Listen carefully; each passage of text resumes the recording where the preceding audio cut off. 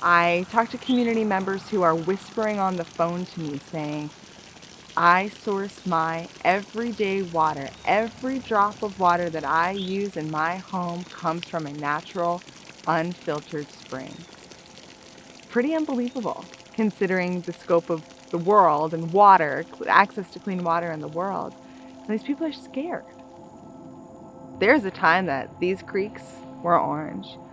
There was a time that mining was the #1 industry in this area. It is not the case anymore. The progress that we've made is enormous.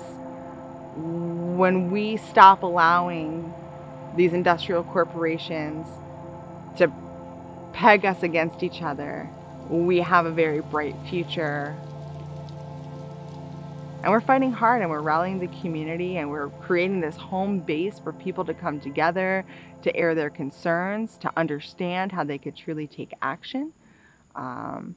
And we're making it happen.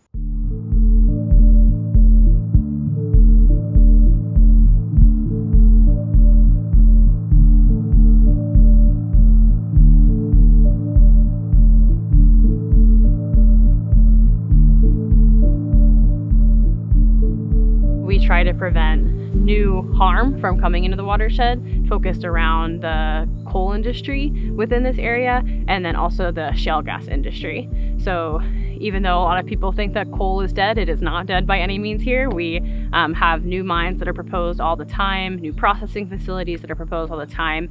And because we have such a historic legacy of mining pollution within this watershed, it feels really important for us to prevent new harm from coming down the road.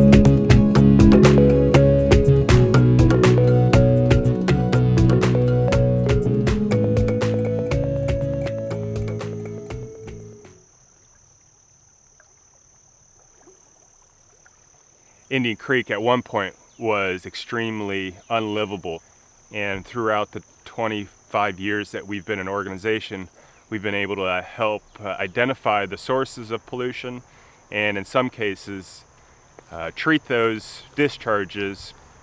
From then, we've started realizing that there's other things that impact our watershed, from farming to sewage, not just old coal mines, but new coal mines. When we talk about a coal mine or a well pad or a pipeline, not only do we know there's going to be direct community impacts, but it's all led by climate change.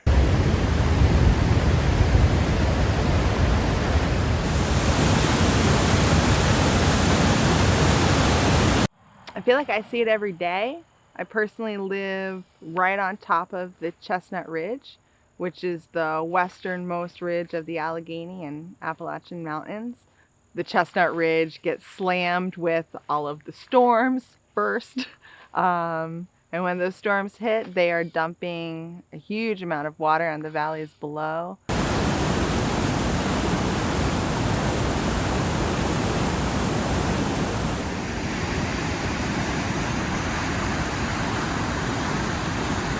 If you view the Chestnut Ridge on, say, a satellite view, you'll see how many quarries are established along that ridge. Those quarries have removed vital soils, trees, and natural resources. That is just when these heavy storms are coming through, these major rain events, that water is just running straight off the mountain into hollows and valleys. There are going to be people who cannot live there anymore. If we're threatened by both extractive industries and climate change regarding our wells and springs, what are we left with up here?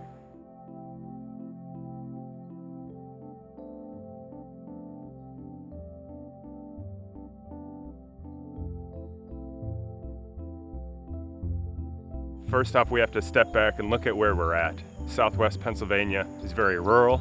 You're going to have people who believe in one side, the other, politics, and what we need to do is make sure everyone's focusing on the thing that matters, which is, for us, a lot of times it starts with clean water, but also that is connected to what's really important to people here are property rights.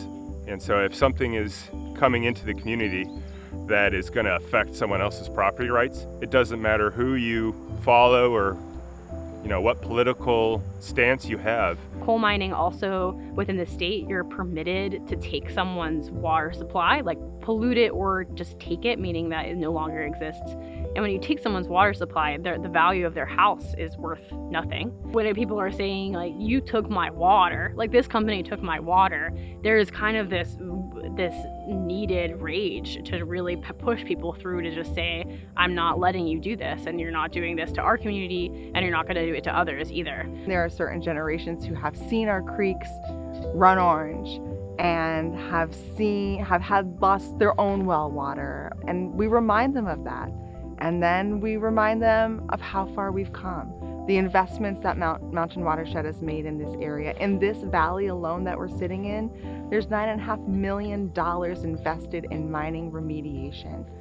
The creek, today, it's fishable, it is swimmable. There is a recreation trail that's connecting all of the communities in this valley. This is unique, this is new, this is something we know everybody enjoys, and it wouldn't be possible without the organizing against these extractive industries.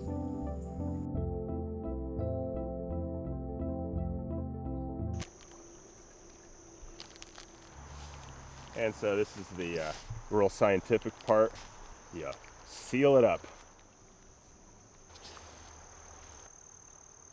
We can actually take 10 of these samples within the, wherever we're at in a watershed and kind of track the pollution and see where it comes from or see where an input might be. We'll go upstream and downstream, and if there's a giant change, we can say there might be an issue there. We can also test directly out of a discharge pipe. So each sewage treatment plant or coal mine, basically any kind of operation, will have a National Pollutant Discharge Elimination System permit. And so we can say, oh, this facility was pumping in 10 times as much as permitted. And we can use that data to make the DEP, the Department of Environmental Protection, aware of the problem. And then maybe something can be done right away. There are several mines that are not even permitted yet and really kind of at a standstill in terms of the progress of being officially made a mine. And the communities are still meeting every single month because we know when we go away, when we stop becoming organized, that's when the action happens on the industry's part. We are creating space for people to come together to learn and understand the process and just really clearly explain to them how you can take action and in what ways.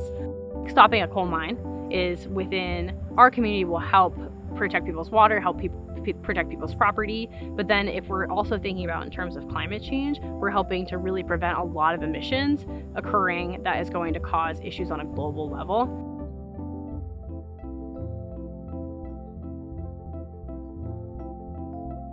Get involved in your community. If you see whether it's an industry that is going to fuel climate change and you're concerned about it, don't just read an article and pass it by. Show up at a meeting. It doesn't mean it's going to take over your life. It doesn't mean that you have to be fully invested in it all the time. Tackle every layer as best that you can. Don't try to save the world every day. This is a marathon. It's a marathon, and we need to be able to pass the baton when people get tired, and we need to be able to rely on each other to do that, and that's what it's all about. So get involved, stay with it, and be patient and positive, and just don't ever stop talking about it.